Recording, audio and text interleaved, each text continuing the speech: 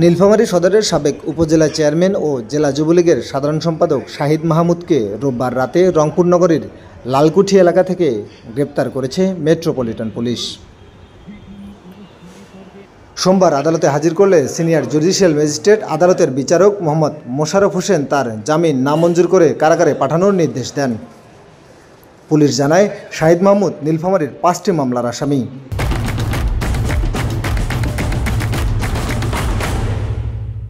ভাঙচুর মামলায় তাকে গ্রেপ্তার দেখানো হয়েছে।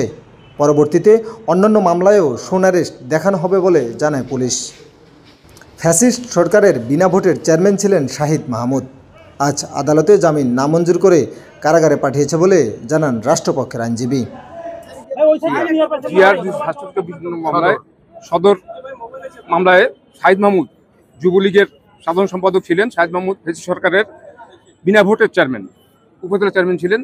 তাকে পুলিশ গতকাল অর্ধরাতেই ধৃত করার পর সিনিয়র জুডিশিয়াল ম্যাজিস্ট্রেট আদালত, আমলি আদালত মোশাররফ স্যারের কোর্টে হাজির করেন। বিজ্ঞ আদালত তার জামিনে আসামির পক্ষে জামিন আবেদন করে। বিজ্ঞ আদালত জামিন নামঞ্জুর করে জেল হাজতে প্রেরণ করেন। এ মামলার বাদী পৌর এলাকার আব্দুস সালাম বাবলা।